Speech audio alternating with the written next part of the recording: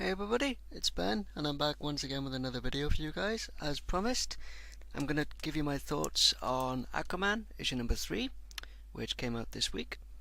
Once again, we have Dan Abnett on the writing, Felipe Briones on the artwork this time around, and the coloring is by a gentleman who I'm going to call Gabe, purely because his last name is a bit difficult to pronounce, and for that I apologise, if the gentleman happens to be watching. So the story picks up right after the events of the previous issue, with Aquaman and Mera essentially journeying to Washington to reinstate Atlantis's political and sovereign nation status, considering that due to the attack by Black Manta, which we saw in the previous issue, Atlantis's status as a sovereign nation and their political status has been revoked. So Aquaman and Mera go to Washington to speak with the President of the United States in an attempt to get both of these actually reinstated for the people and the nation of Atlantis. This issue actually really showcases how really great of a diplomat and how great of a people person, in terms of having the ability to actually talk to people, Aquaman is, because he's just a really great diplomat. He knows how to talk to people.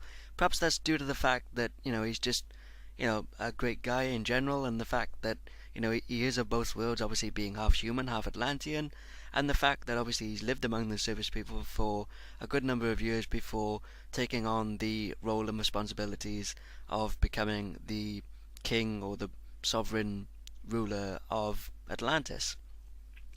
So again, he's just a really great diplomat when the need arises, and his ability to be able to talk to people without them having actually, fearing him, and also Mera as well, considering the catastrophic events of the last issue, with Atlantis's embassy being blown up by Black Manta, and with the resulting casualties of 9 people being killed. So once again, the people of Earth, or the surface dwellers, once again, all their previous fears of Atlantis and of the unknown, and of this, essentially this, suppose you could say, foreign nation in a way, of once again being reignited.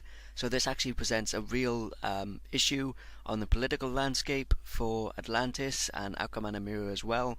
Once again, the diplomatic aspect of Aquaman's character is really on full show, and Mera as well, when they're both actually addressing the chief of staff in the White House.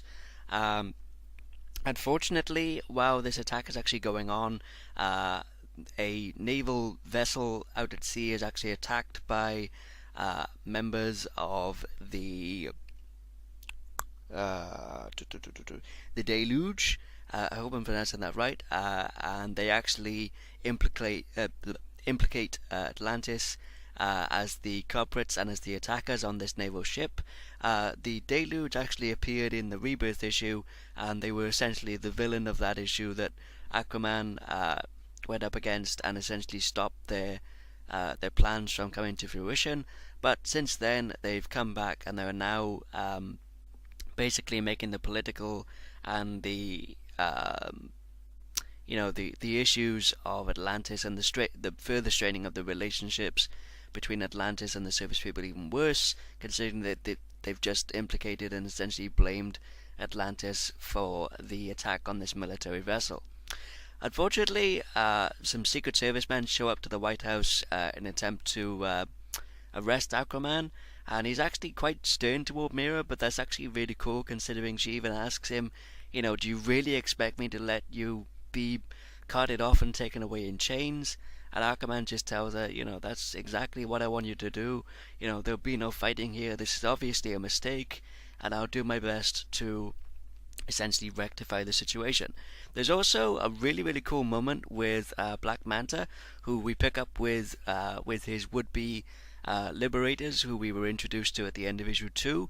He actually absolutely wipes the floor with them, and there's actually a really cool scene where the female leader of this group actually tells him, I'm disappointed it took you 12 hours to get out of those cuffs, and Black Manta just responds, I was out of them in 2, which was really, really cool, and just a really great showcase of just how pretty badass Black Manta is actually.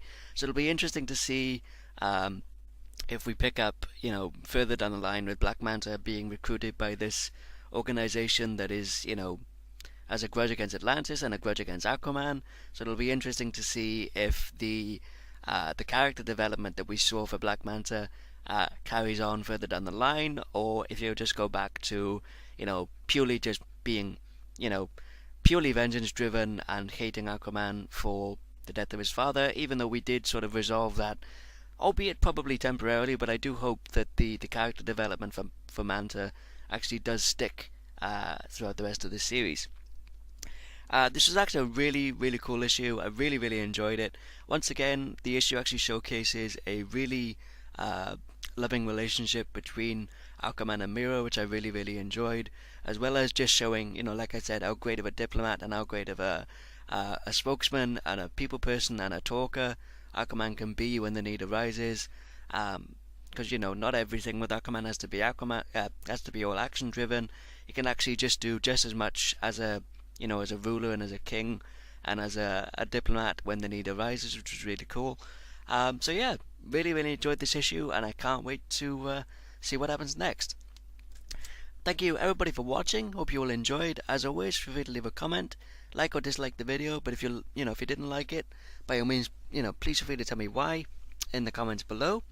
And if you're new, by all means, please feel free to subscribe. Let me know in the comments below, actually, what do you think of the issue? If you've read it, are you going to pick up Aquaman,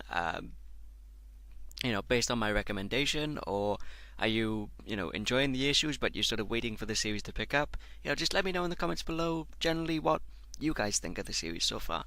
And as always, thank you everybody for watching once again. This is Scambit896 signing off, and I'll see you guys next time. Take care.